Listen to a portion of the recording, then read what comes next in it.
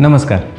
आज आपण बघणार आहोत इन्कम टॅक्स रिटर्न फाईल का करायला पाहिजे. First, legal requirement. ज्यांचे उत्पन्न बेसिक एक्झम्पशन लिमिटपेक्षा जास्त आहे अशा सर्वांना इन्कम टॅक्स रिटर्न फाईल हे करावे लागते. लीगल ऑब्लिगेशन आहे म्हणून फाईल करावे असे नाही. Second point, tax refund.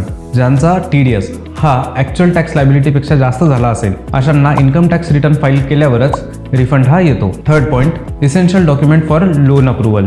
एखाद्याला कार लोन, होम लोन किंवा बिझनेस लोन कुठल्याही टाईपचं लोन घ्यायचे असल्यास इन्कम टॅक्सचे पेपर हे मॅन्डेटरी आहेत. Fourth point, visa processing. बऱ्याचशा देशांसाठी विजा अप्लाय करताना इन्कम प्रूफ म्हणून इन्कम टॅक्सचे पेपर हे मागवले जातात. Fifth point, insurance. इन्शुरन्स कंपनीला अप्लाय केल्यावर इन्शुरन्स कंपनी हे इन्कम टॅक्सचे पेपर बघतात. त्यावरून ठरवतात की ॲप्लिकंटला किती इन्शुरन्सची गरज आहे आणि किती इन्शुरन्स ते देऊ शकतात. तर मग यावर्षी ड्यू डेटच्या आधी ITR फाईल करून पेनल्टीज वाचवा.